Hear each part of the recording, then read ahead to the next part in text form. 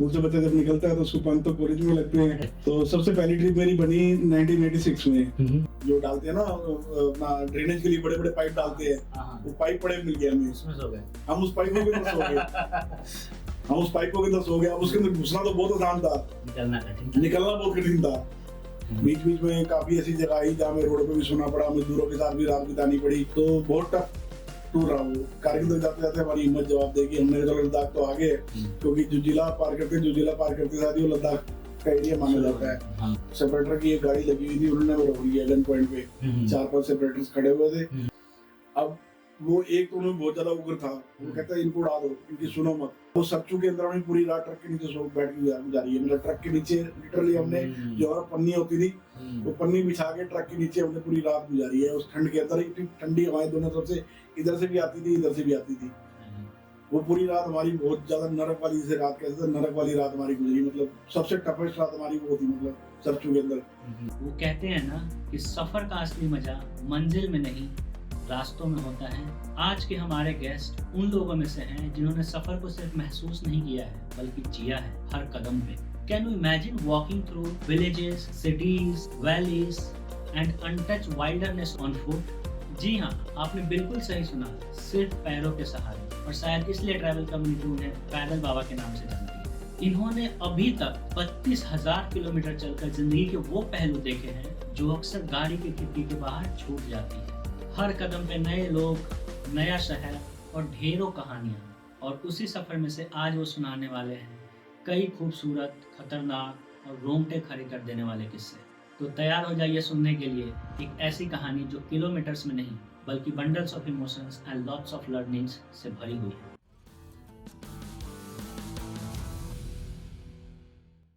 Hello sir, welcome to the podcast. कैसे हैं आप? बढ़िया, आप बताएं। Thank you so much.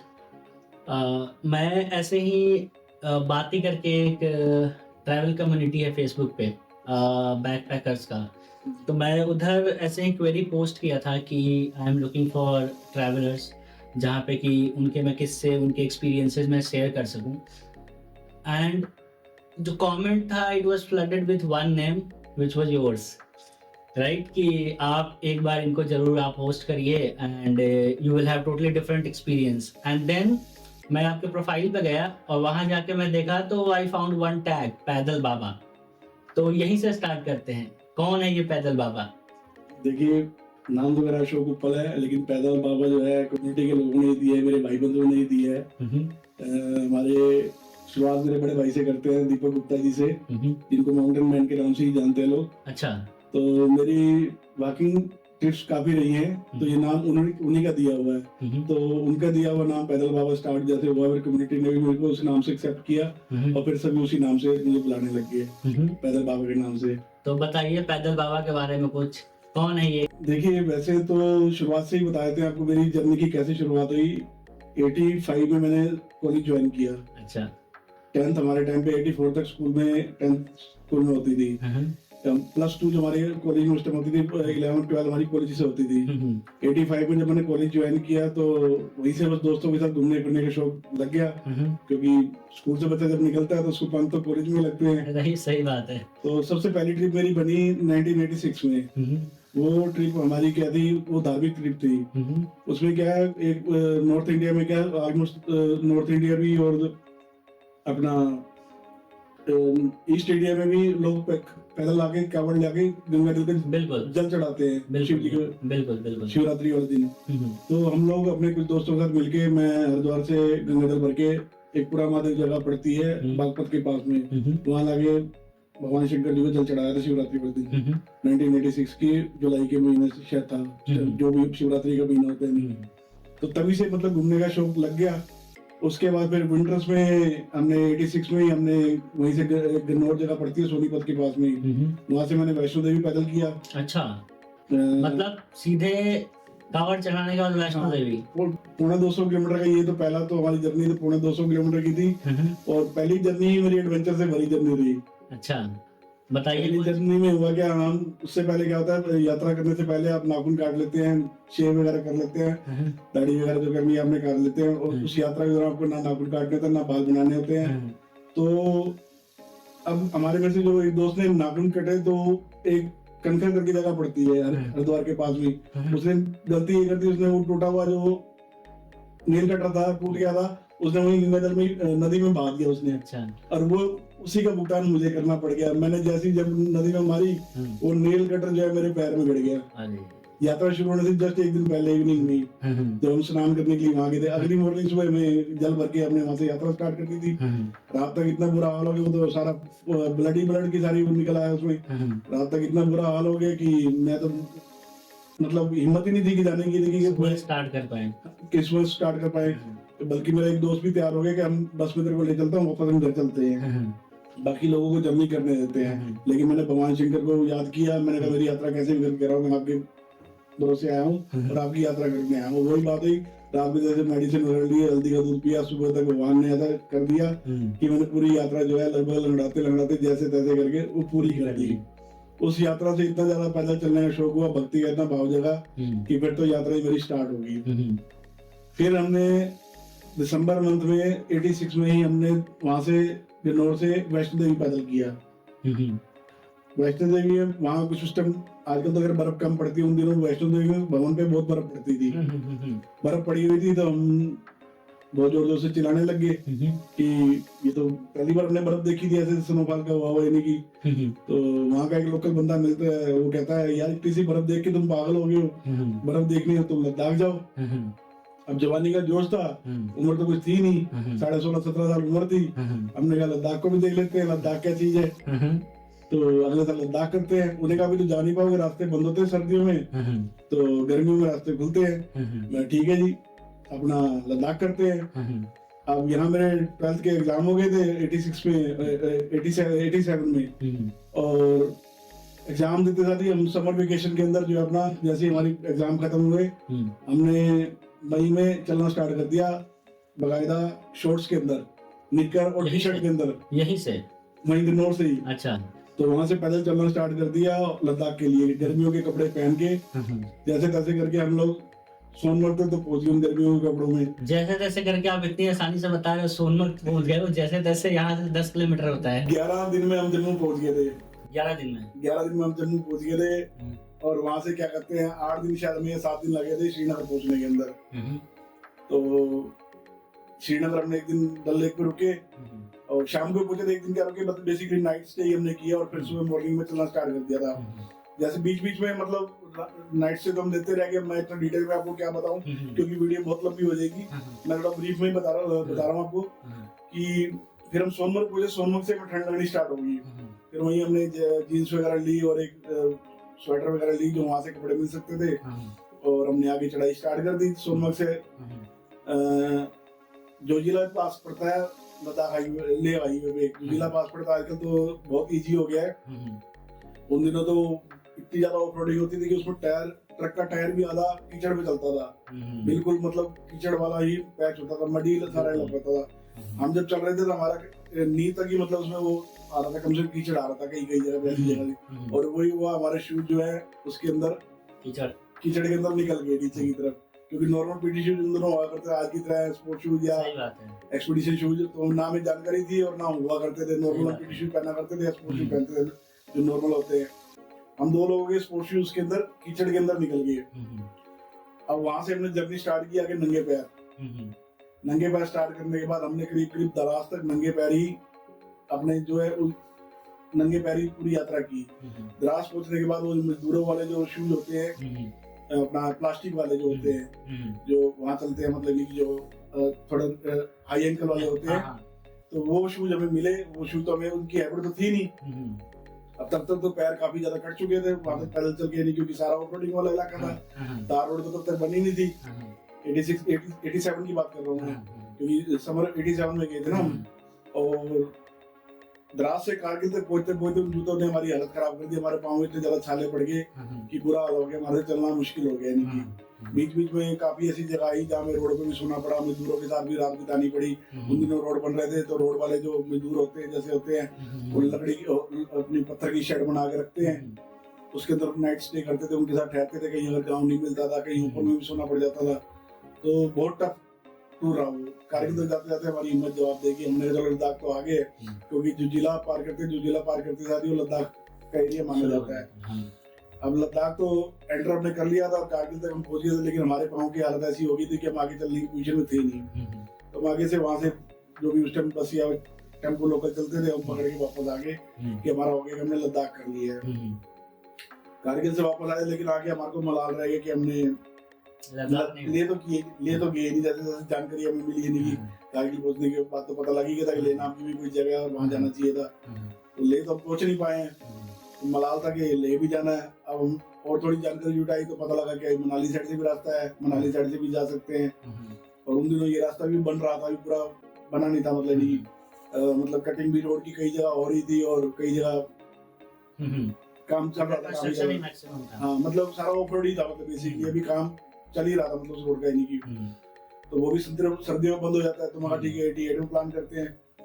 अब 88 में प्लान तो कर लिया, फिर समर की वेट कर ली। अब तब तक मेरा यहाँ से घूमने की वजह से मेरे यहाँ से जो फॉर्म आगे भरना था मेरा वो टाइम निकल गया था पढ़ाई का 87 के अंदर।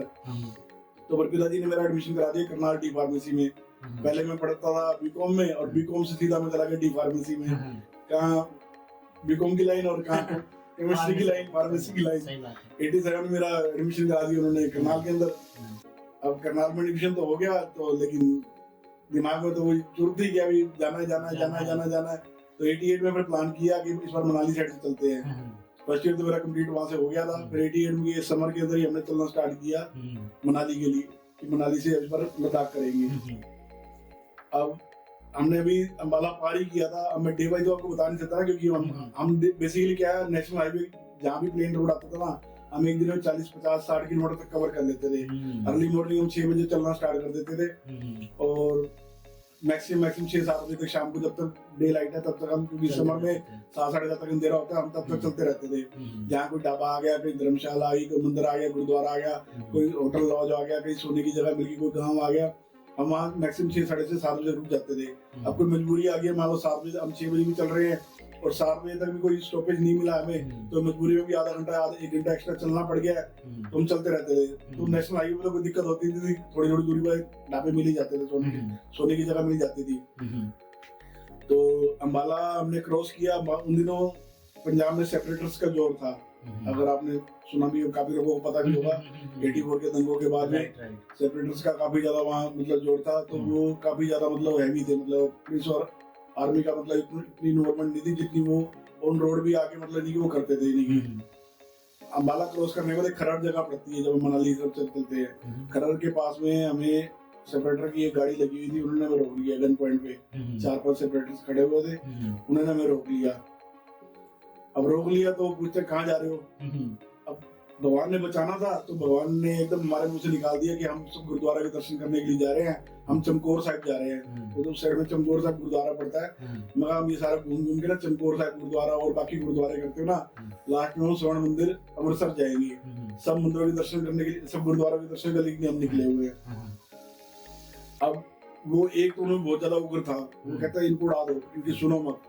2 उसमें शांत दिमाग के थे, वो बार बार कह रहे थे, क्या कहते हैं ना, बाबे नान दो, बाबे नान दो, बाबे नान दो। बाबा मतलब जो उनका गुरु है, जो उनका उस्ताद होगा, मतलब ग्रुप लीडर जो होगा उनकी टीम का, बाबे नान दो, बाबा ही डिसाइड करेगा। आधा घंटा उन्होंने हमें रोक के रखा। आधे घंटे और 2 गाड़ियां फिर हो जाती है, फिर वो गन वैन सारे भरे हुए, सारे वो सेपरेटर्स की सारी उग्रवादी हुई गाड़ियां थी। अब वो जो बाबा उनका था, गुरु था कह लो, उस्ताद कह लो, जो भी था उनका टीम लीडर था, अब वो थोड़ा शांत स्वभाव का भी, वो भी उसने भी हमारी बात ध्यान से सुनी। उसने ध्यान दो बच्चों को, क्योंकि उस टाइम लगते भी कुछ बच्चे टाइप के थे, 17.5 साल की हमारी उम्र थी, इतनी दाढ़ी भी नहीं आई थी, इतनी शेव भी नहीं आई थी, तो उसे लगा कि चलो धार्मिक स्थल के लिए निकले, उसने भी जाने दिया। पहली मेजर रुकावट तो हमारे रास्ते में ये आई है, यही हमारी हालत खराब होगी। उन दिनों फोन तो चलते नहीं थे। सही बात है। तो वहीं से मन हुआ एक बार को तो कि वापस चलते हैं, मगर ये वापस चलेंगे तो ये फिर पकड़ लेंगे इसी रास्ते से। इनको अगर ये बेल्ट इनकी होगी तो इनको पता लग जाएगा ये वापस जा रहे हैं, झूठ बोल के जा रहे थे, कहीं और जा रहे थे। आगे की तरफ निकलते हैं, पंजाब की बेल्ट थोड़ी सी निकलती है, आगे तो हिमाचल निकल लग जाएगा, और ये इस साइड सेपरेटर जितने हैं नहीं, तो हम आगे की तरफ निकलते हैं, हिमाचल हम पहुंच जाएंगे, तो हमें कोई दिक्कत नहीं आएगी। फिर हमने चलना स्टार्ट किया, जैसे तैसे करके हम फिर 6-14 दिन में मनाली पहुंच गए थे। मनाली पहुंचने में हमने रुकना तो करके आया था, हम अगले दिन से जैसे हमने स्टार्ट कर दिया था यानी कि, और वहां से हमें 21 दिन लगे ले पहुंचने के अंदर, मनाली से 21 या 22 दिन लगे थे, क्योंकि टोटल 35 या 36 दिन में हम 35 दिन में शायद हम जो है घर से वहां तक ले तक 35 या 36 दिनों में पहुंचे थे। अब मनाली से हम चल तो पड़े हैं, लेकिन मनाली से भी बहुत सारी दिक्कतें आई हैं उसके अंदर हमें। अब इंसिडेंट तो बहुत सारे हुए हैं, उसमें आपको क्या क्या इंसिडेंट बताएं? जैसे बताइए सारा बताइए। जैसे गैमूर से निकले, गैमूर एक जगह पड़ती है, गैमूर अभी अंधेरा नहीं हुआ था, तो हमने कहा गैमूर से 7 किलोमीटर आगे जिस्पा नाम का एक गाँव पड़ता है, तो हमने कहा जिस्पा जाके रुकेंगे। गैमूर में थोड़ी कम हैबिट आबादी लगी, तो हमें हमने कहा हमारी बात बनी नहीं, जिससे हम बात पैसे की कर रहे थे। तो उन दिनों पैसे ज्यादा लेते भी थे, कुछ वो जो बोल रहा था ना, तो वो उसकी बातचीत करने का भी तरीका पसंद नहीं आया था, मतलब थोड़ा लड़ाकू स्वभाव का था, तो मुझसे बात करके ठीक नहीं लगा। यानी कि पैसे तो कुछ लेते थे, बहुत से लोग फ्री में भी ट्रा लेते थे, बहुत से लोग 50-100 रुपए लेते थे। उस टाइम पैसे की तो इतनी 50-100 की बहुत ज्यादा वैल्यू थी उस दौर के अंदर की। बेसिकली मैं डर था कि पी के बैठा हुआ है और ये हमारे से लड़ना पड़े नहीं की। तो हमने कहा आगे जाके जिस्पा ही रुकेंगे। 6-6:30 बज चुके थे। अब वो उसने पता नहीं अपनी भाषा, वहाँ कुत्ते खड़े हुए थे, उसने कुत्ते हमारे पीछे लगा दिए 2। अब वो कुत्ते हमारे पीछे ना छोड़े, उन कुत्तों के साथ 2-4-5 कुत्ते और गली के थे, वो भी लग गए।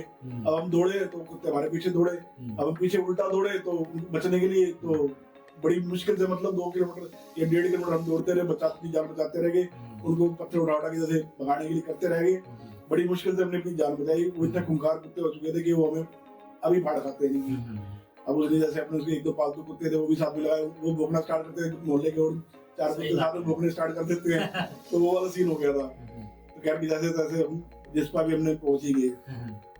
आगे जर्नी के अंदर छोटी छोटी हमारे को दिखते और भी थोड़ी बहुत काफी आई, नहीं की जैसे ठंड तो खैर थी, बुरा हाल था। शूज भी हमारे पास इतने कंफर्टेबल शूज नहीं होते थे। ऑफ रोडिंग उसके बाद सारी ऑफ रोडिंग मिलती थी, मनाली के बाद सारी ऑफ रोडिंग होती थी, तो रोड प्रॉपर बने नहीं हुए थे, और ऐसे रास्तों पे ऊबड़ खाबड़ रास्तों पे फ्लैट शूज के साथ चलना और भी मुश्किल हो जाता था, पत्थर पैर में चुभते थे। अब जिंगजिंग बार करके एक जगह पड़ती है, वहां से हम जिस्पा के लिए, वहां से हम चले सरचू के लिए कि सरचू पहुंच जाएंगे, लेकिन हम सरचू पहुंच नहीं पाए। सरचू पहुंचने से पहले अंधेरा हो गया था। सरचू एक जगह पड़ती है मनाली हाईवे पे, तो जिंगजिंग बार से जब हम निकले हमने कहा सरचू पहुंचेंगे, लेकिन हम सरचू पहुंच नहीं पाए। नीचे बारालाचा पे भी हमें काफी दिखता है, बारालाचा पे काफी स्नो थी, लेकिन वो पैच हमने इजीली कर लिया था। तो उन दिनों तो मतलब वाटर क्रॉसिंग काफी चलती थी, लेकिन गीले हो जाते थे, चलने में हमारे कपड़े सूख जाते थे, तो चलने में हमारे को इतनी दिक्कत आती नहीं थी। तो सरचू पहुंचते पहुंचते मुझे रात की शायद 1 या 1:30 बज गया था। तब तक चलते रह गए थे, क्योंकि उससे पहले हमें कुछ रुकने की जगह नहीं मिली ना। उन दिनों ढाबे भी बहुत कम होते थे, गिनती के ढाबे होते थे, गिनती की रुकने की जगह होती थी। सरचू में भी शायद 1 या 2 मिलकर उन्हीं के थे, मजदूरों के शायद कुछ रुकने की जगह थी, या किसी ने ढाबे खोले जो भी था। 2 ट्रक खड़े हुए थे सामान जो लेके आए हुए थे, जो शायद कंस्ट्रक्शन का सामान शायद लेके आए हुए थे। तो अब वो तो 1:30 बजे तो खड़काएं, तो कोई खोले नहीं, ठंड इतनी ज्यादा थी, सब चीजें बुरा हाल हो गया था हमारे देने के बाद। चलते टाइम तो हमें इतनी ठंड नहीं महसूस हो रही थी, क्योंकि चलते हुए गर्मी भी आपको महसूस होती है, लेकिन सच्चू में तो 5 मिनट में हम ठंडे होने स्टार्ट हो गए थे। अब वो खड़काएं तो कोई खड़काए ना, ट्रक वालों को खड़काएं, ट्रक वाले ट्रक के अंदर सोए पड़े हैं, दरवाजा बंद करके सोए पड़े, या ढाबों में सोए पड़े, जहाँ भी सोए पड़े, कुछ पता नहीं लग पाए। अब वो सच्चू के अंदर पूरी रात ट्रक के नीचे सो बैठ के गुजारी है, मतलब ट्रक के नीचे लिटरली हमने जो और पन्नी होती थी वो पन्नी बिछा के ट्रक के नीचे हमने पूरी रात गुजारी है उस ठंड के अंदर। इतनी ठंडी हवाएं दोनों तरफ से, इधर से भी आती थी, इधर से भी आती थी।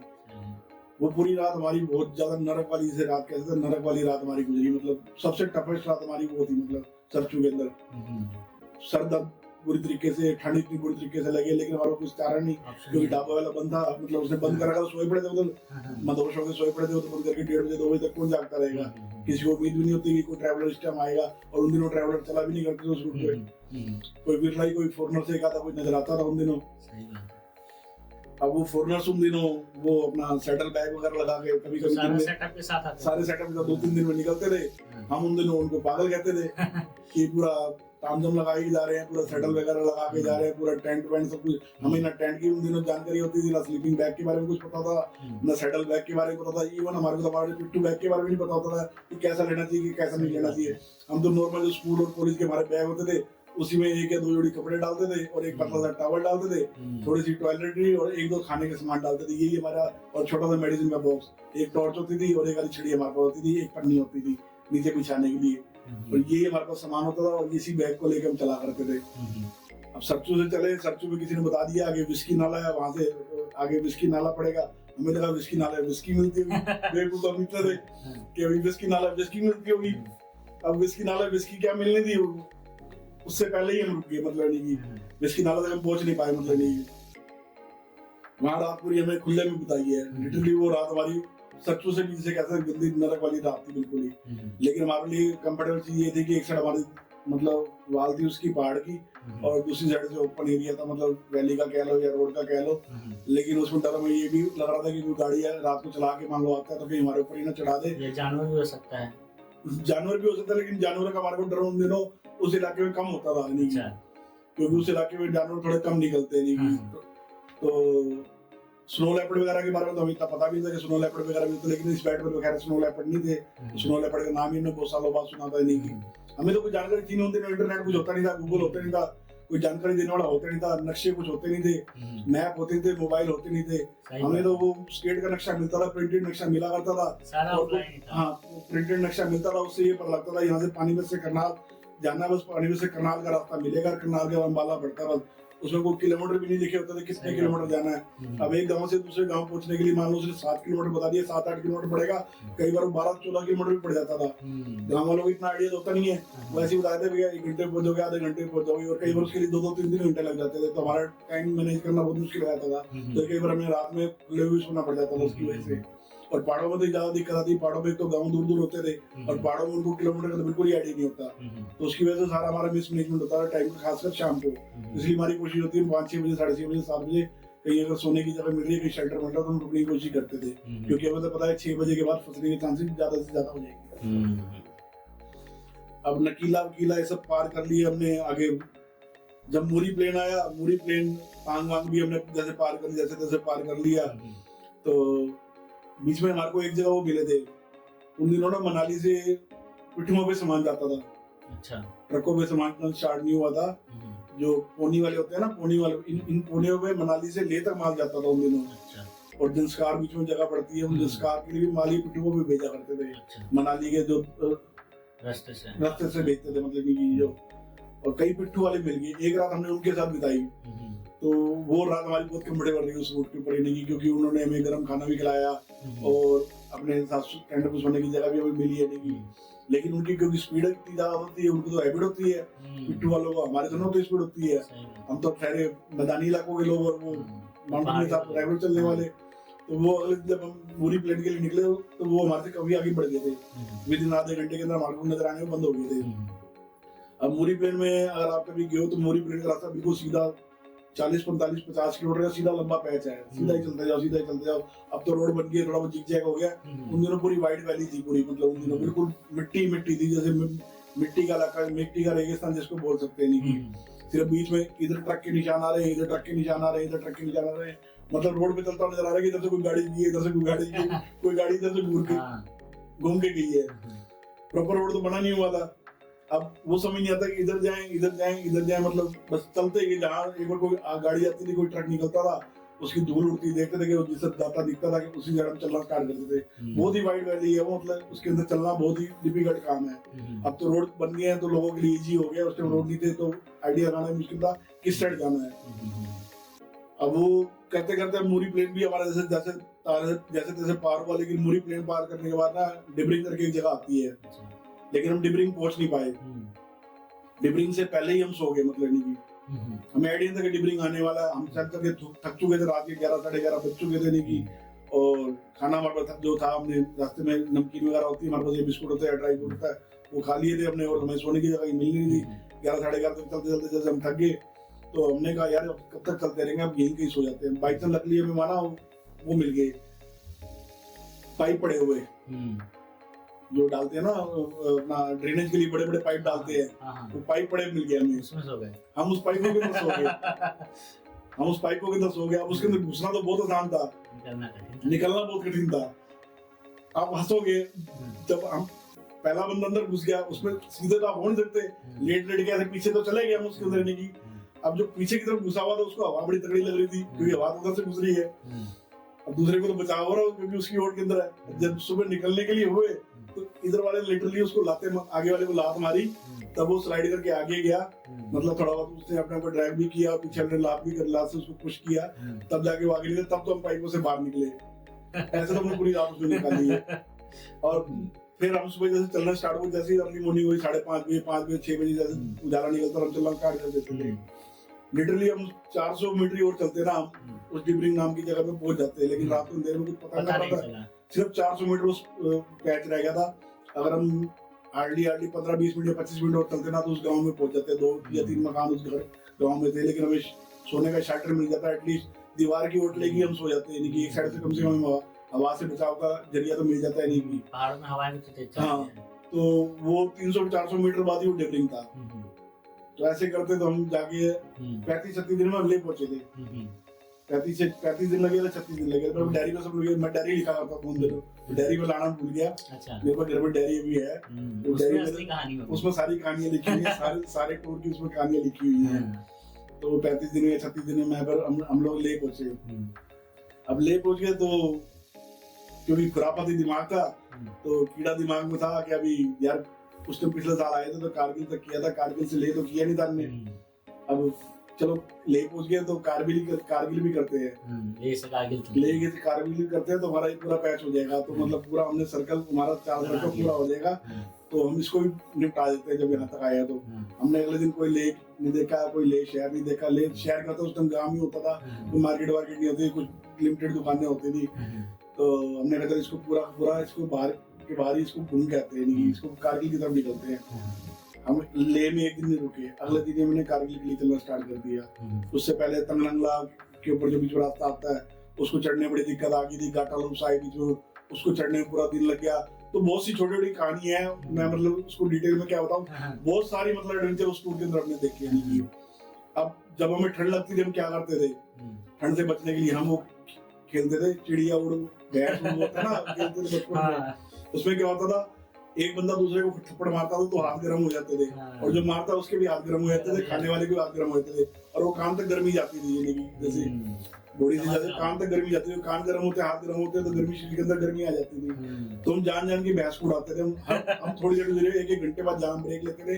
हम जब 2 मिनट रुके 5 मिनट रुके वो चिड़िया उड़ खेलने लग जाते थे, ताकि सबको उड़ाते थे और एक दूसरे को गाली नहीं काटते कि अब मैं वो वीडियो को तो बोल नहीं सकता हूँ कि तेरे को खुरापात उठी थी, तेरे को कीड़ा उड़ा था, तू लेके आया था, तेरा ही दिमाग था। एक दूसरे को ब्लेम करते रहते थे, काम बता दिया, काम बर्बाद दिया। कितने जने थे सर उसमें? 3 जने थे। अच्छा।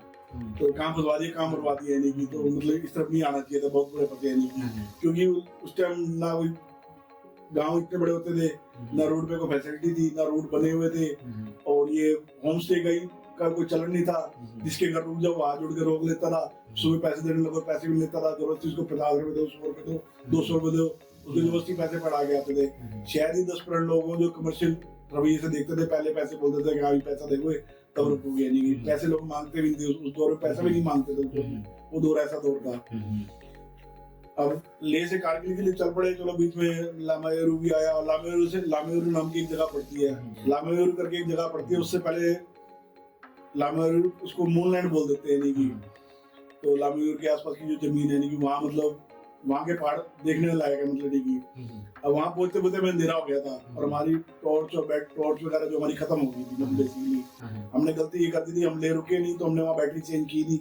अब जो हमारे पास जितनी भी एक्स्ट्रा बैटरी हम 2 लेके चलते थे, उस टाइम तो मोटी वाली बैटरी चला करती थी, मोटी बैटरी की हम 2 सेल एक्स्ट्रा लेके चलते थे, 2 टॉर्च हमारे पास होती थी।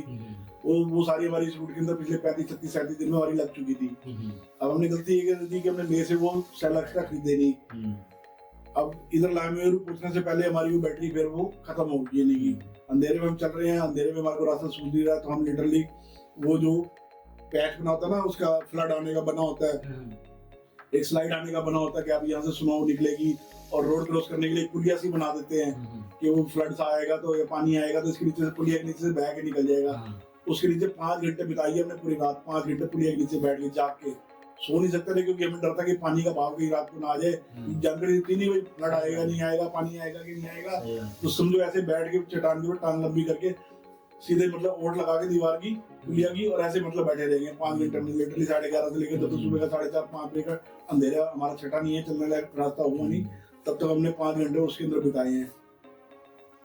और जब उसके अंदर ठंड आती थी ना, वो बहुत बुरा हाल कर देती थी। मैं समझ सकता हूँ, वहाँ पे उतनी ऊंचाई पे बीच में एक फोटोला पास आता है, वो भी हमने क्रॉस कर लिया। उसके बाद एक नमिकला पास आता है, नमिकला पास पहुंचते साथ भी हमारी यही पोजीशन थी कि हमारी बैटरी तो हमारे पास थी नहीं, बैटरी पहुंची नहीं। नमिकला पास पहुंचते तो वही अंधेरा हो गया था और काफी ज्यादा। उससे पहले एक चंगरेल पता नहीं क्या ऐसी कुछ करके गांव पड़ता, उसको हमने क्रॉस कर दिया था 4 साढ़े 4 बजे के आसपास ही। हमने गलती कर दी, हम वहां रुक जाते तो शायद हम सेफ रहते, लेकिन उसको 4 बजे क्रॉस करने में जब उसको हमने क्रॉस किया ना, थोड़ा सा आगे जाकर लैंडस्लाइड हो रही थी तो हमारे वहाँ 1.5-2 घंटे हमारे खराब हो गए थे। तो कुछ काम वहाँ चल रहा था, रोड का काम चल रहा था, तो हमारे 1.5-2 घंटे वहाँ खराब हो गए, निकल नहीं दिया नहीं, तो उसकी वजह से हम लेट हो गए। तो नमिकला करके पास हो रहा था आगे जाके नहीं की। अब वहां तक पहुंचते तो फिर वही सेम कहानी होगी, 10 साढ़े 10 11 बजे का रात का टाइम हो गया होगा, तो दिखना तो बंद हो गया था, तो चांदनी रातें थी नहीं। अब चांदनी रातें थी नहीं तो बैटरी हमारे पास थी नहीं, जितना चल सकते चल लिए। अब नमिकला में जो छोटा सा वो कमरा बना होता है, एक पास पे कमरा बना होता है, हम उसके अंदर बैठ के हमने रात बिताई है। उसमें वो वहाँ के लोकल चूहे बड़े बड़े कूद रहे थे, अंधेरे में वो चूहे नजर भी ना आए, वो कभी इधर से कूदे कभी उधर से कूदे। उस दिन तो हमारे इतने आंसू आंख से निकले ना, हमने कहा कहाँ आ गए। बार बार हमने अपनी मदर को याद किया, मदर को याद करते इंसान, पिताजी को कम याद इंसान करते हैं, लेकिन माँ ही याद आती है हमेशा दुख के अंदर रहने की। भगवान को याद किया, बार बार माँ को याद किया नहीं। खैर वो नमिकला भी चलो हमारे जैसे रात निकल गई, तो हमने क्रॉस कर लिया। 42 दिन में कारगिल पहुंचे हैं। आगे 7 दिन लगे हमारे, 6 दिन लगे, 8 दिन लगे टोटल हमें, मतलब गन्नौर से लेकर और वहां तक कारगिल तक हमें टोटल 42 दिन में पहुंच गए थे। कारगिल पहुंचने के बाद हमने एक दिन वहां स्टे किया, जैसे मतलब शाम को दोपहर को पहुंचे थे, शाम को हमने वहां स्टे किया। हमारा जो एक्सपीडिशन था पूरा हो गया था, हमारा खुजली पूरी हो गई थी। अब दोबारा आगे क्या पैदल जाना था, तो उस टाइम वहां से जीपे चलती थी, लोकल जो चलती थी, वो पकड़ के हम वहाँ 29 को श्रीनगर आ गए। हम श्रीनगर आ गए तो मैंने कहा श्रीनगर आ गए तो 2 दिन यहाँ थोड़ा एंजॉय करते हैं। पिछली बार आए थे शाम को यहाँ पहुंचे थे तो डल लेक भी प्रॉपर देख नहीं पाए थे, श्रीनगर भी घूमा था, तो अब श्रीनगर प्रॉपर घूम के जाते हैं 2 दिन। 2 दिन हमने 29 और 30 को श्रीनगर घूमा, डल लेक वगैरह देखी, सारे म्यूजिक गार्डन वगैरह देखे, लोकल मार्केट वगैरह देखी।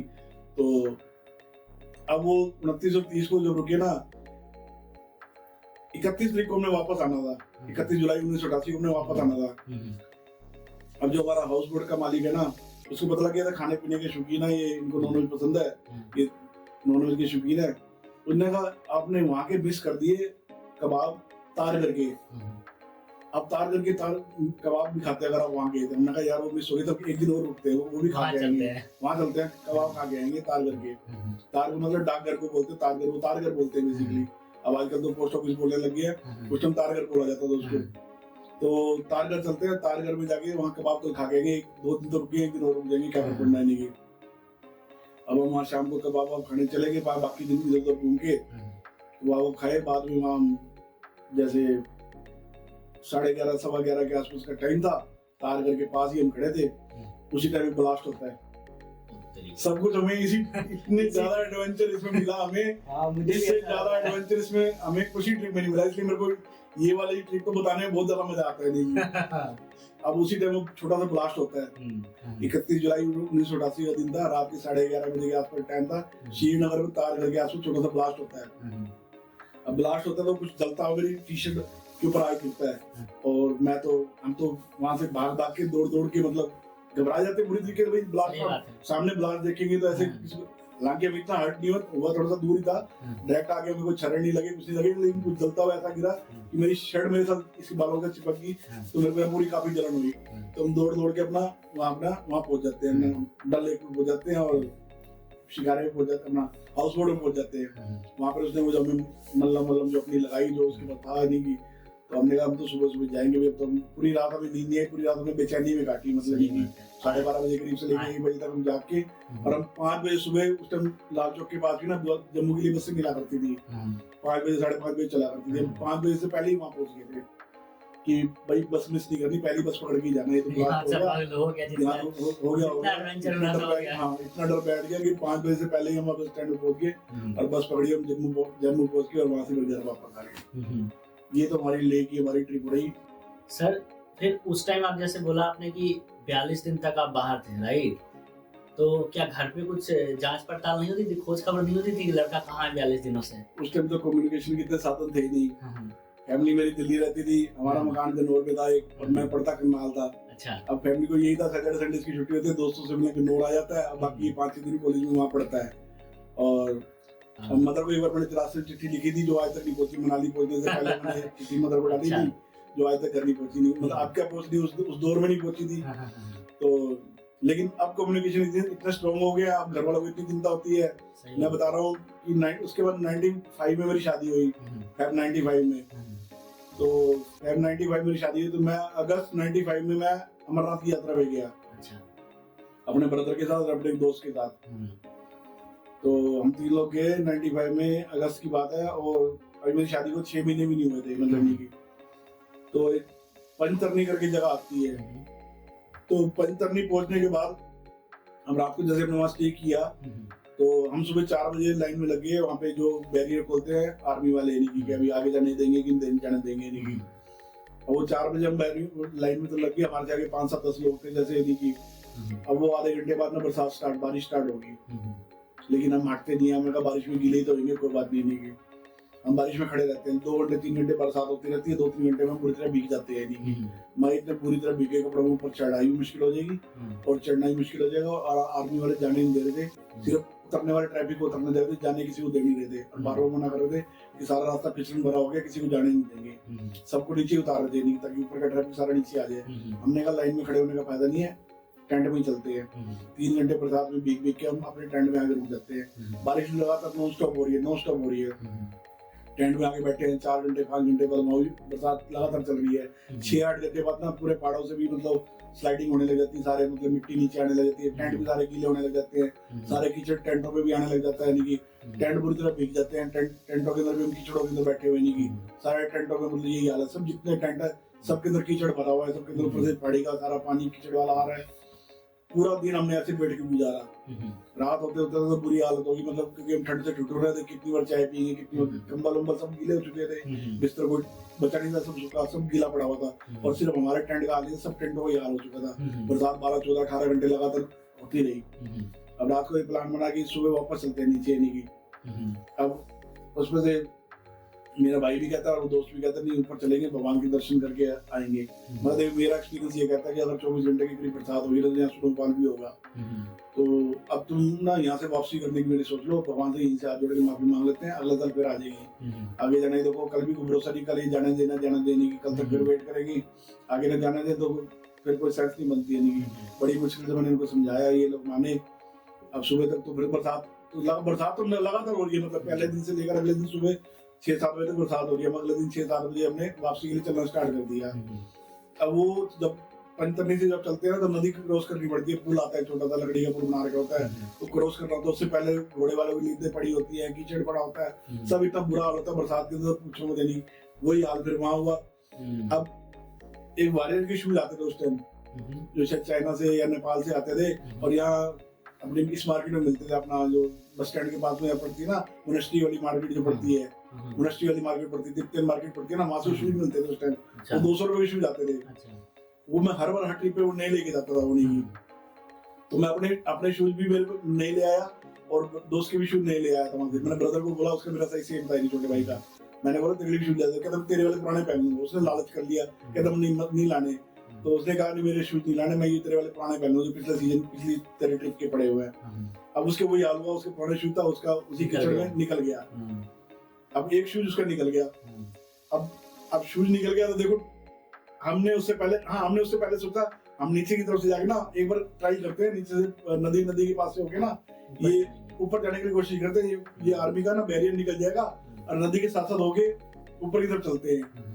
और कुछ लोग ना आगे बढ़ रहे थे, हमें जब वापसी चलना स्टार्ट किया ना तो हमें पता लग गया रात में ये लोग नदी किनारे जाके ना उसको बैरियर को चकमा देके उस ग्लेशियर से आगे निकलने की कोशिश कर रहे हैं और चोर रास्ते से जा रहे हैं। हमने कल भगवान शंकर बुला रहे हैं इस रास्ते से चल निकल लेते हैं। अब उस रास्ते से निकले तो है नीचे की तरफ। अब नीचे से वो पता नहीं लकड़ी का फट्टा पड़ा था या पता नहीं क्या था, घोड़े का खुर था, जैसे वो निकालते हैं ना घोड़े का खुर होता है उसमें कील लगी होती है, वो मेरे पैर में घुस गया। नहीं मेरे पैर में, सॉरी ब्रदर के पैर में घुस गया, छोटे भाई के पैर में घुस गया। छोटे भाई के पैर में घुस गया, उसको पुराना शूज था। अब उसको घुस गया तो उसका तलवा बाहर आ गया, शूज का। हाँ उसका शूज वही निकला था, बातें पुरानी होगी ना। 95 की बात बता रहा हूँ, 2024 आ रहा है, दिसंबर 30 साल पुरानी बात बता रहा हूँ। उसका शूज बाहर आ गया, उसकी लोहे की कील की वजह से उसके शूज के अंदर कील भी लग गया, उसके पैर के तड़ी की हल्की सी ब्लीडिंग भी होने लगी। अब वहां से जब हम नीचे की तरफ गए तो आगे सारा नदी का वेग इतना तेज था कि मैं आगे जाने का रास्ते नजर नहीं आया। हमने कहा तो मौत के मुंह में जाने की बात है, कहीं से भी हल्का सा पत्थर लुढ़का या मिट्टी किसकी तो हम नदी में बह जाएंगे, बहाव होते हैं क्योंकि 24 घंटे से बरसात हो रही है। हमने कहा वापस देखो समझदारी वाला काम नहीं है, हमने फिर वापसी कर दी। अब वो कीचड़ में हम निकल रहे हैं, वो नंगे पैर है, एक पैर में उसकी जूता, एक पैर में उसकी जूता नहीं है। मैंने अपना जूता निकाल के उसको दिया एक पैर में, मेरे एक पैर में शूज है, एक पैर में शूज नहीं है। हम उस चढ़ाई को पार करते हैं, उस नदी को पार करते हैं, फिर पहली चढ़ाई आती है, उस चढ़ाई को पार करते हैं। वो चढ़ाई पार अभी कर भी रहे थे, उसी टाइम तूफान आना स्टार्ट हो जाता है।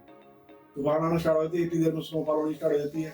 स्नोफॉल होनी क्या स्टार्ट होती है, बर्फीला तूफान स्टार्ट हो जाता है। स्नो स्ट्रोक इतना तेज आता है कि वो दिखना बंद हो जाता है, और वो इतनी तेज वेग था उसका हवा का कि हमें ऊपर बढ़ने के लिए, आगे बढ़ने के लिए सबको रोक रहा। हमें क्या, सबको रोक रहा था मतलब। और जो जहाँ बैठ रहा था ना वहीं बैठ रहा था, वहीं ठंडा होता जा रहा था। आप एक बार रुक गए, आपका शरीर ठंडा हो गया, उसके बाद आपके घुटने जाम हो जाते हैं, आपको उठने की हिम्मत नहीं आती है, ठंडा आपको और बिठा देती है। तो जो जहाँ बैठ रहा था वो वहीं बैठता जा रहा था, वो दोबारा नहीं खड़ा होता। वहीं से अपनी लाशें गिननी स्टार्ट कर दी। मतलब जो हमारे से आगे चल रहे थे वो बैठ चुके थे हमारे से पहले, आधा घंटा पहले आगे। तो हम आधे घंटे बाद वहाँ पहुंचे, आधे घंटे बाद वहाँ पहुंचे, वो लाशें में बैठे ऐसे नजर आ रहे हैं। पत्थर बन चुके हैं, जड़ बन चुके हैं, लुढ़के पड़े हैं, बर्फ बन चुकी है, बर्फ उनके ऊपर गिरी पड़ी है। मतलब हम चल रहे हैं, लिटरली हम बर्फ के अंदर चल रहे हैं, कैसे तैसे हिम्मत करके चल रहे हैं। अब एक बैग मेरे पास था, एक बैग भाई के पास, दोस्त के पास था। एक पैर मेरे शूज, एक पैर के भाई के शूज। अब मैंने उनको कहा कि भाई मैं तो तुम्हारी, अगर उन दोनों की ना स्पीड बहुत कम है, छोटे पैर रखते हैं, मैं पैर बड़े रखता हूँ, मेरी टांगे लंबी है तो मैं पैर बड़े रखता हूँ। मैं बोलता भी फास्ट हूँ, मेरी टांगे भी लंबी है तो मैं चलता भी तेज हूँ। अब मैंने कहा मैं तुम्हारी स्पीड मैच कर रहा हूँ तो मेरे से चला नहीं जा रहा, क्योंकि बार बार रुक रहा हूँ, मैं ठंडा हो रहा हूँ, और तुम्हारे लिए रुकता हूँ तो मैं ठंडा होता हूँ, और मैं तुम्हारी स्पीड मैच करता हूँ तो मेरे से चला नहीं जा रहा है। यानी कि तुम ऐसे करो, मेरे अच्छा मेरी शादी हुई थी, अब मैं यहाँ दर्शकों को आपको मैं खुदगर्जी भी लगाऊंगा, लेकिन मैं ये एक्सेप्ट कर रहा हूँ आपके दर्शकों के सामने, हाँ उस टाइम मैंने खुदगर्जी दिखाई थी और मैंने गलत भी किया था, लेकिन आज मुझे उस चीज का रिग्रेट नहीं है। तो वो मैंने खुदगर्जी क्या दिखाई थी, मेरे को अपनी वाइफ का ध्यान आ गया। 6 महीने पहले उसकी शादी, हमारी शादी हुई है, और मेरे इंतजार करके मुझे घर पहुंचना है, कैसे भी करके घर वापस पहुंचना है। मुझे अपने वाइफ का ध्यान ज्यादा आया, मुझे अपने भाई का ध्यान इतना नहीं आया। मैंने अपने दोस्त को बोला कि तुम लोग आराम आराम से आओ, अपना बैग मेरे को दे दो, मैं दोनों बैग लेके चलता हूँ। और शूज भी मैंने अपने दूसरे पैर वाला अपने भाई को दे दिया, और मैंने दोस्त को अपने भाई का हाथ पकड़ाया कि तू और इसका हाथ पकड़ के तुम दोनों आओगे पीछे पीछे, और मैंने तेज स्पीड से चलना स्टार्ट कर दिया। तेज स्पीड से चल के बीच में रास्ते में एक जगह आती है जहाँ मतलब घोड़ों के लिए, मतलब जैसे प्रकार से कमरा बना रखा था या किसी के लिए बना रखा था, उसमें घोड़े भी रुकते हुए, घोड़ों की लिद्दे वगैरह जैसे नीचे पड़ी होती है, उसमें बर्फ से बचने के लिए, स्नो स्ट्रोक से बचने के लिए कम से कम 50 लोग घुसे हुए थे। मुश्किल से हार्डली 10 बाय 10 का कमरा होगा या 12 बाय 12 का कमरा होगा। अब वो इतना कमरे के अंदर इतना बुरा हाल था, मैंने बैग दोनों बाहर पटके अंदर मैं रूम के अंदर घुसा, और वो ऐसा कमरा था कि उसमें हाथ सीधे भी नहीं हो रहे थे, और वो घोड़ों की लिद्द और लोगों के पसीने की बदबू और सब गीले हुए पड़े थे, सबके पसीने की बदबू।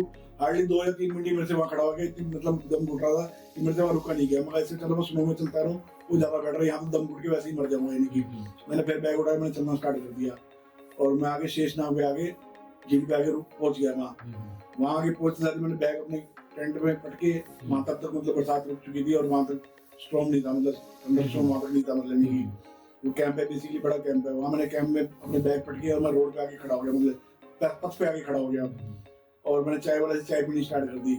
चाय वाले की तब तक वो टपरी गीली थी, उधर से पानी गिर रहा था ऊपर से, मतलब की बरसात का पानी गिर रहा था। अब इधर से मैं अब क्योंकि मैं सेफ जगह पहुंच गया था, अब टेंशन, अब भाई की टेंशन होगी कि मैं घर क्या जवाब दूंगा। अब भाई भूल गई, अब भाई याद आने लग गया। लेकिन मैं चाय पी जाऊं और इधर से मेरी आंखों से आंसू गिरे जाए, और उधर से बरसात का पानी मतलब ऊपर से जो टपक रहा था टपरी से नहीं की वो गिरता जाए, नहीं की मतलब पता नहीं लग रहा था मैं रो रहा हूँ, बरसात रो रही है, छत रो रही है, कौन रो रहा है। नहीं की लगातार लिटरली में पौना घंटा 1 घंटा मतलब करीब मैं रोता रहा, और 4 5 6 कप मैं जितने पी जाता था बाहर खड़ा रह गया, मैं चाय पीता रह गया, उनकी वेट करता रह गया।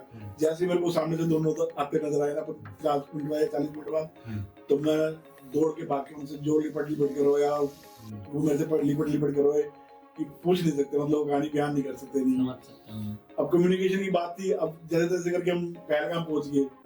अब पहलगाम पहुंचे तो क्या हुआ, 2 दिन से स्नोफॉल हो रही थी ऊपर, और 2 दिन से रास्ते रुके पड़े थे। नीचे का जम्मू का ट्रैफिक भी ऊपर आ चुका था, ऊपर का सारा ट्रैफिक भी पहलगाम पहुंच चुका था। पहलगाम बेसिकली बेस कैंप है, जम्मू से जो गाड़ियां आती है, जो ट्रैफिक आता है, जो पब्लिक आती है, उनको पहले पहलगाम रोकते हैं, फिर पहलगाम से ऊपर भेजते हैं। ऊपर का जो ट्रैफिक आता है पहलगाम बेस कैंप पे जाकर रुकता है। अब ऊपर का ट्रैफिक सारा नीचे आ चुका, ऊपर की पब्लिक ऑलमोस्ट नीचे आ चुकी है, नीचे की ऊपर आ चुकी है। नीचे वालों ऊपर नहीं जाने दे रहे, ऊपर वालों नीचे नहीं जाने दे रहे, क्योंकि नीचे भी लैंडस्लाइड हुई पड़ी थी, नीचे भी रास्ते रुके पड़े थे, तो नीचे की कोई सुविधा नहीं मिल रही थी जम्मू की तरफ की। अब वो जम्मू पहलगाम के अंदर इतना ज्यादा क्लस्टर हो गया कि मान लो 5000 लोगों को रुकने की जगह 30,000 लोग वहां हो गए। मतलब सोच करो, मतलब 5 गुना 4 गुना 6 गुना जगह हो चुके। तब तक हम ऊपर जिस दिन ये ट्राई की उस दिन हमने कम से कम 40 से 60 लाशें हमने देखी अपने रास्ते के अंदर। 40 से 60 लाशें हमने अपने आंखों के सामने हमने देखी उस दिन तूफान के अंदर। जो लोग मरे पड़े थे, जो लोग बर्फ में जमे पड़े थे, कोई किसी को लिटरली उठा नहीं रहा। घोड़े वाले को कह रहे थे 20,000 ले ले, 10,000 ले ले, लोग आंख बंद करके पैसे मार रहे हैं। वो कहते घोड़े वाला भी कहता है घोड़ा भी मेरा बच्चा है, मैं अपने बच्चे को बचाऊं, तुम्हारे को बचाऊं। अब नीचे पहलगाम हम पहुंच तो गए, लेकिन सोने की जगह कहीं नहीं मिले। हमने 2 घंटे 3 घंटे हमने सर्च किया, ना कोई होटल खाली मिला, ना कोई रूम खाली मिला, ना कोई होमस्टे, कहीं कुछ नहीं मिला, कहीं कुछ नहीं। सब जगह पैक फुल, सब जगह पैक फुल, सब जगह पैक फुल। अब मैं आपको बताऊंगा, फंसोगे। फिर हमें एक बंदा मिलता है, उसके होमस्टे के बारे में मिलता है, कहता है भाई साहब मैं सुला तो दूंगा, लेकिन आपको सुलभ शौचालय में सोना पड़ेगा।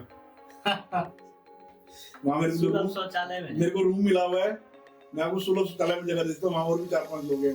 सुलभ शौचालय के अंदर जैसे सुलभ शौचालय बने हुए थे, 4-5-6 बने हुए थे। एक रूम भी उसमें बना हुआ था, जो उसको स्वीपर को रहने के लिए मिला हुआ। उसका घर भी था, लेकिन उसको वहाँ सामान रखने के लिए उसको एक रूम भी बना हुआ था। हमने कहा तुम मरते क्या ना करते, गीले कपड़ों में 2 दिन से है, कुछ भी हमारा पहनने खाने के लिए नहीं है, तो हमें तो सोने की वहाँ भी जगह दे दे। हमने वो रात उसके अंदर सुलभ शौचालय के कमरे के अंदर बिताई है, हमने उसके अंदर सो के बिताई है। फिर हम कम्युनिकेशन की बात स्टार्ट हुई थी, बात कहीं जा रही है। फिर हम फोन करने जाते हैं कि उस टाइम पीसीओ वगैरह होते थे, तो लैंडलाइन से पीसीओ वगैरह करते थे। अब दो फोन थे, सैटेलाइट फोन था या क्या था, तो 2 फोन थे। अब वो 2 फोनों से क्या था, वो 100-150 आदमी लाइन में लगे हुए हैं, हर किसी को अपडेट करना है, क्योंकि हर किसी को घर बताना है, क्योंकि इतनी पब्लिक आई हुई है। हर जगह दोनों जगह 100 से 150 आदमी लगा पड़ा है। अब तो मैं और मेरा दोस्त तो हम दोनों जगह लाइन में लगे, ब्रदर को कमरे में छोड़ दिए, छोटे वाले को। तो अब 2-2 घंटे 3-3 4-4 घंटे हम लाइन में लगे खड़े हैं, तो हमारा तो नंबर ही नहीं आया, वो तो लाइन हिलती नहीं थी। थका के हम 3-3 4-4 घंटे खड़े होके रात को वापस आ गए और आगे सो गए। हमने अपडेट कुछ नहीं किया। अगले दिन से एक दिन छोड़ के राखी दी, तो एक दिन छोड़ के राखी दी। हमने कहा यार पहुंचना, राखी को घर में पहुंचना है नहीं की। तो अब हम तो अपना उठे, जब तक देखा टैक्सी वगैरह बस वगैरह कुछ चली नहीं थी।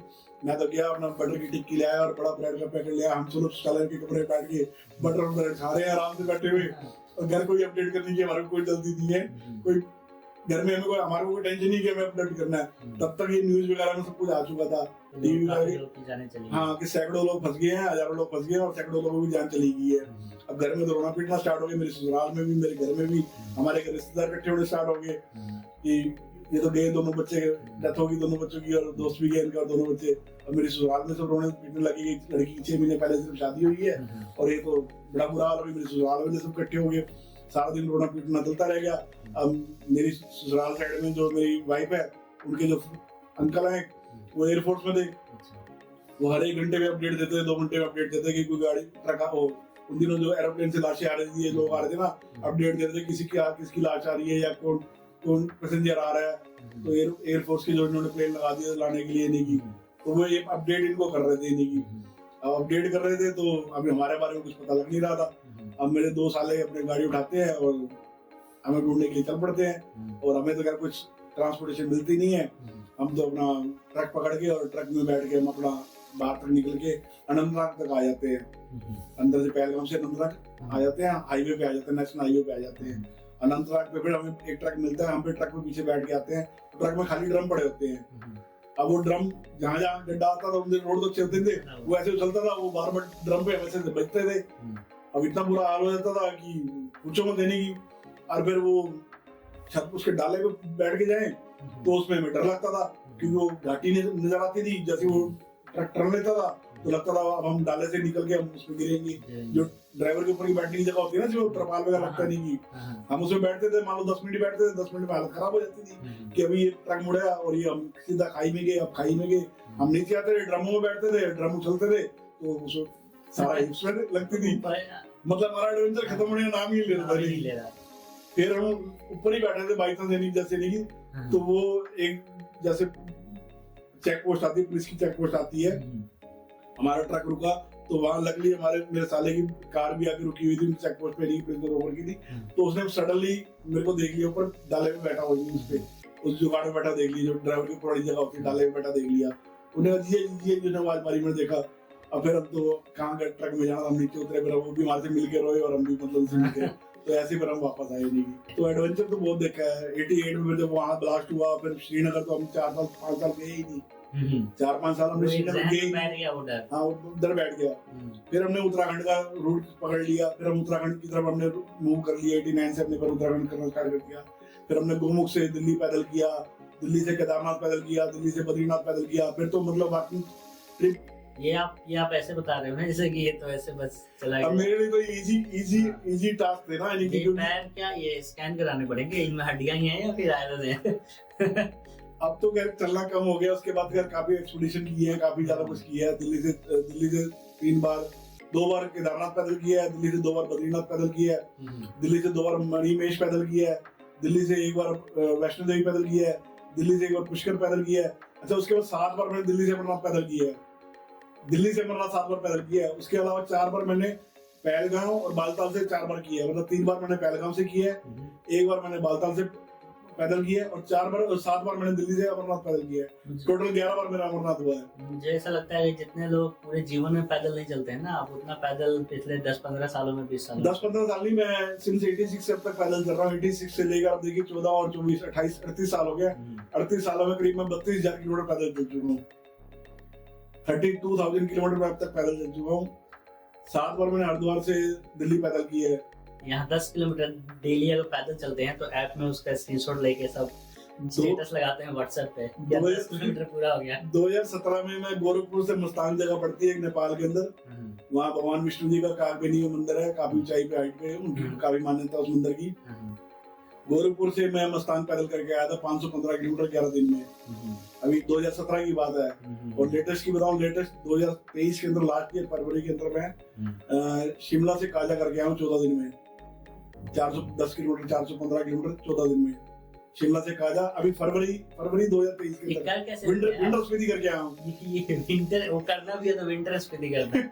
लोग बाइक पे जाने के लिए 4 बार सोचते, मैंने विंटर स्पीति पैदल किया था। 14 दिन 10 दिन तो लोग ले लेते हैं सर्किट को बाइक से करने के लिए। हाँ, मैंने पैदल किया था। अभी लास्ट ईयर ही किया मैंने।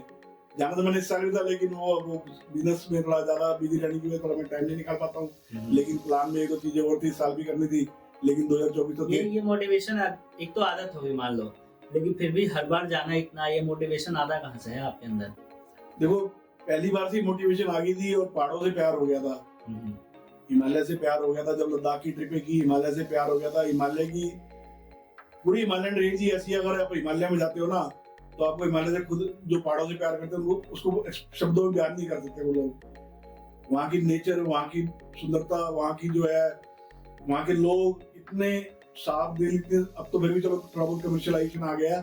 आज से 10-15 साल पहले तक ही, मतलब शुरू के 20-22 सालों में वहाँ के इतने प्योर हार्ट लोग होते थे कि आपकी इतने सेवा भाव करते थे, इतने प्यार से आपसे मिलते थे, इतने प्यार से आपको रखते थे, इतने प्यार से आपको ट्रीट करते थे कि पूछो मत। आज भी करते हैं, लेकिन प्रॉब्लम कमर्शियलाइजेशन आ गया है। प्लेन के लोग वहाँ पहुंच गए हैं, वहाँ के लोगों को भी, यहाँ के लोगों ने वहाँ के लोगों को सिखा दिया है, लेकिन अभी भी वहाँ के लोगों में मतलब प्योरनेस काफी बची हुई है। मतलब काफी लोग वहाँ के प्योर है, प्योर हार्ट से है। एक चीज और पूछूंगा सर मैं, कि जैसे इतने सारे आपने एक्सपीडिशंस बोलूंगा मैं, इसको ट्रिप्स नहीं बोलूंगा, कि वो एक कौन सा था जिसको करने के बाद आपको लगा अब दोबारा नहीं आऊंगा, और वो कौन सा था जो आपको कभी रुकने नहीं दिया? सारे ट्रिप ऐसे होते हैं। सारे ट्रिप ऐसे होते हैं, जैसे मैं घर से निकलता हूँ। अच्छा, बेस्ट फेवरेट कौन सा था आपका? बेस्ट फेवरेट नहीं, आप एडवेंचर को फेवरेट बोलते हैं क्या? जाने की इतने चांसेस हो जाते हैं, जान को आ जाती है। बता रहा हूँ, सारे एडवेंचर ट्रिप मेरे रहे हैं, जितने रहे हैं मोस्टली मेरे एडवेंचर ट्रिप रहे हैं। और जब आप पहाड़ों में जाते हो, जब आप फंसते हो ना, तभी आपको घर की याद आती है, तभी आप कानों को हाथ लगा लेते हो कि आज के बाद नहीं आऊंगा। मेरी मोस्टली हर ट्रिप के अंदर ये हुआ है, 10 में से 8 ट्रिप 9 ट्रिप में मैंने कानों को हाथ लगाया है कि भगवान इस बार बता दे, भगवान आज बता दे, अगली बार से यहाँ नहीं आऊंगा, अगली बार से यहाँ नहीं आऊंगा, अगली बार से यहाँ नहीं आऊंगा।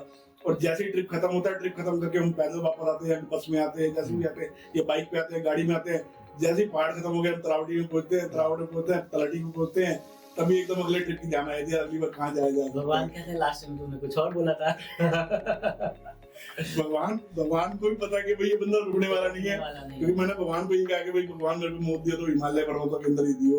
देखो चाहने से तो कुछ भी नहीं मिलता, तो मुझे रिग्रेट नहीं होगा मैं हिमालय पर्वतों में किसी एक्सपीडिशन के दौरान, किसी एडवेंचर के दौरान भी डेथ हो जाए, सारी रिस्पॉन्सिबिलिटी करने के बाद अभी मेरे बच्चे जैसे।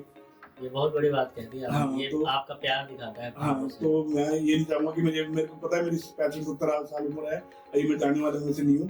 जान सबको प्यारी होती है, लेकिन अगर आप भगवान के अंदर विश्वास करते हो और नेचर के आगे नरम होकर चलते हो और नेचर में यकीन करते हो और अपनी लिमिट हर इंसान को पता होती है कि मैं क्या कर सकता हूँ, आप अपनी लिमिट से बाहर एडवेंचर नहीं करते हो तो आपकी जान का जोखिम बहुत कम हो जाता है। ये बात आपने बहुत सही बात कही। बहुत से छोटे मोटे एडवेंचर में देखता हूँ ना, ये दुर्घटनाएं इसलिए घटती है कि लोग अपने लिमिट तो जानते ही नहीं है और मस्ती मजाक के चक्कर में बस एक दूसरे की देखा देखी कि उसने किया तो मैं भी स्टंट करूं। नहीं, मुझे हाइट का फोबिया है, मान लो मैं कोने में खड़े होकर फोटो नहीं खिंचवा सकता तो मैं नहीं खिंचवाऊंगा। मैं जब बंजी जंपिंग नहीं करूंगा क्योंकि मुझे पता है हाइट का, मुझे नीचे देखने का मुझे फोबिया है। जब मैंने पहाड़ों में ही इतनी जिंदगी बिता दी, आधी जिंदगी मैंने पहाड़ों में बिता दी, लेकिन मुझे आज भी नीचे हाइट से नीचे देखने में 500 मीटर, 700 मीटर, 200 मीटर, 400 मीटर नीचे देखने में आज भी मुझे फोबिया है कि मैं ऐसे झुक के ऐसे देख नहीं सकता। तो मैं बंजी जंपिंग क्यों करूंगा किसी की देखा देखी? सही बात है। मैं कभी जीवन में बंजी जंपिंग नहीं करूंगा। आज के स्टैंडर्ड के हिसाब से बता रहा हूँ, कल को उससे मेरे अंदर दिलेरी आ जाए, मेरे अंदर दिल आ जाए, ज्यादा आ जाए तो मैं कर लूँ, लेकिन आज मेरी 55 साल उम्र होने की हो रही है, मैं अभी किसी कीमत पर बंजी जंपिंग नहीं करूंगा। किसी भी देखा देखी मेरे दोस्तों ने कर लिया, वो मुझे बहुत ज्यादा एडवेंचरस मानते हैं तो मैं भी उनको करके दिखाऊंगा, कभी नहीं। मुझे मेरी लिमिट पता है, मुझे पता कि अगर मैं जाऊंगा तो मेरे को मान अटैक ही आ जाए डर के मारे, क्योंकि मैं हाइट को नीचे देख नहीं सकता, मैं नीचे हाइट तक। अब हमने जो किया था प्योर ट्रैवल किया था, उसके अपनी खुशी के लिए किया था और आज भी ट्रैवल करता हूँ मैं अपनी खुशी के लिए करता हूँ। ठीक है, टाइम के हिसाब से हमारे अंदर भी चेंज आया है और तारीफ सुनना हर इंसान को पसंद होता है, हमें भी पसंद है। आज हम भी मान लो पोस्ट डालते हैं अपनी तो सोशल मीडिया पे कोई लाइक करता है तो हमें अच्छी लगती है, हमें भी पसंद होता है। और ये इंसान की फितरत है, इंसान की ये नेचर है कि उसकी कोई तारीफ करेगा उसे खुशी महसूस होगी। और वो सोशल मीडिया आजकल एक आम साधन हो गया है कि आप पिक डालेंगे तो उस पर लाइक कमेंट आएंगे तो आपको थोड़ी आधे घंटे 15 मिनट सेंस ऑफ वैलिडेशन हो गया। हाँ, आधे घंटे खुशी मिल जाएगी। लेकिन आज भी मैं ट्रैवल जो कर रहा हूँ अपनी खुशी के लिए कर रहा हूँ, ना कि सोशल मीडिया के लिए नहीं कर रहा हूँ। लेकिन जितने भी यंग जनरेशन आज की डेट में आ रही है, मैं किसी को ब्लेम नहीं कर रहा हूँ, उसमें बहुत सारे लोग सिर्फ सोशल मीडिया की वजह से कर रहे हैं कि मेरे दोस्त ने कर लिया तो मैं भी ट्रिक कराऊं, या मैं भी इंस्टा पे रील बना लूं, या मैं भी वो कर लूं। इसके लिए ट्रैवल कभी नहीं करना चाहिए।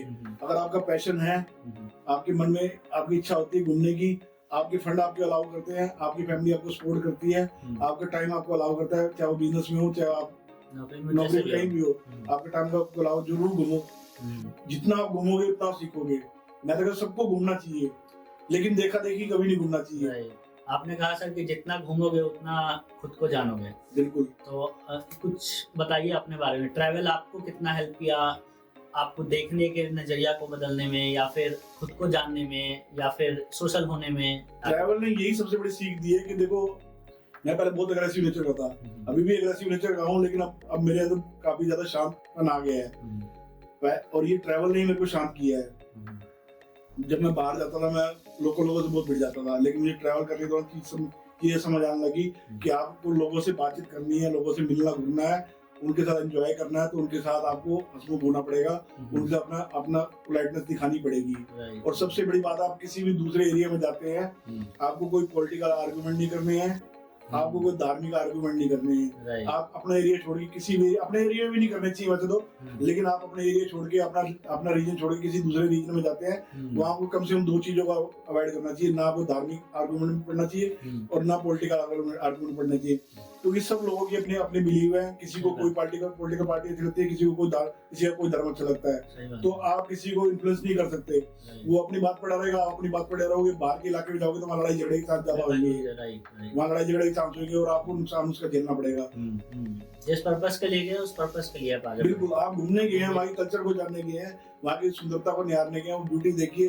हिंदुस्तान इतना बड़ा है, काफी कुछ देखने के लिए है। खासकर मैं तो हिमालय की बात करूंगा, क्योंकि मैं हिमालय प्रेमी हूँ, तो मुझे हिमालय अच्छे लगते हैं, इसलिए बार बार हिमालय में ही जाना पसंद करता हूँ। तो वहाँ के लोगों को देखिए, वहाँ के लोगों से मिलिए, वहाँ के कल्चर को जानिए, वहाँ की ब्यूटी देखिए, वहाँ के फूड को एंजॉय कीजिए, लोकल फूड देखिए, लोकल फूड को खाइए।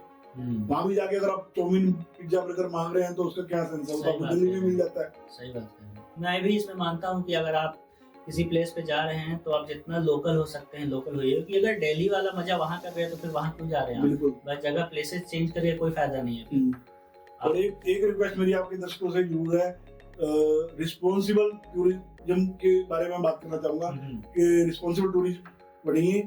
आप कहीं भी जाइए, अपना लिटर वहां मत फैलाइए, कहीं भी गंदगी फैला के बताइए, खासकर पॉलिथीन बैग्स वगैरह और ये प्लास्टिक की बोतलें वगैरह, और जो बियर की बोतलें और शराब की बोतलें लोग करते हैं, गाड़ी चलाते चलाते रोड के किनारों पर फेंक देते हैं, वो इंसानों के अलावा जानवरों को भी लगती है और वो प्रकृति में घुलती नहीं है। आप सब समझदार हैं, आपको समझाने की जरूरत है नहीं, आप सब जानते हैं, लेकिन फिर भी कई लोग अपनी कॉमन सेंस होने के बाद भी कॉमन सेंस को यूज नहीं करते हैं। ये बहुत बेसिक कॉमन सेंस का मुद्दा है हिंदुस्तान में, लेकिन बहुत हिंदुस्तान में कॉमन सेंस लोग यूज नहीं करते हैं। ये कोई समझाने के मुद्दे नहीं है, ये सामाजिक मुद्दे हैं। ये लोगों को बच्चों को घर से, हमारे बच्चे गाड़ी में बैठे होते हैं ना, हमारे बच्चे गाड़ी से बाहर अपना उसका रैपर, टिश्यू पेपर का रैपर तक नहीं फेंकते हैं, वो साइड की गाड़ी की उसके होल में रख देते हैं ताकि हम घर जाएंगे तो वहां जाके डस्टबिन में लेंगे।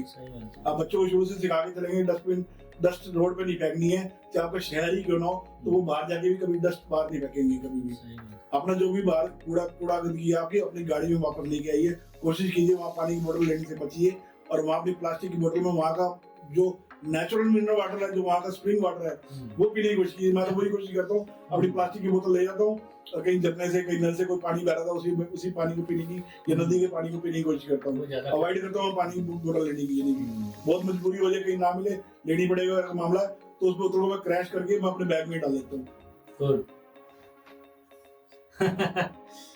काफी इंटरेस्टिंग था सर, और मतलब इसमें तो मैं जितना बातें करूँ मुझे लगता है पूरा दिन चला जाएगा आपके 32,000 किलोमीटर को जानने में।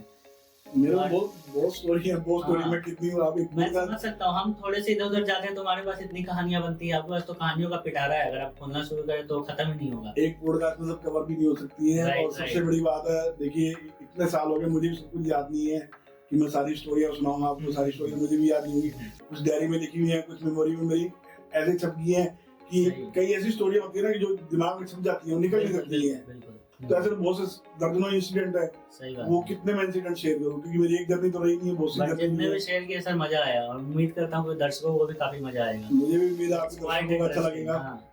फिर आगे कहीं बैठेंगे इसके बाद, तो जो बचा पिटारा है उसको खोलेंगे।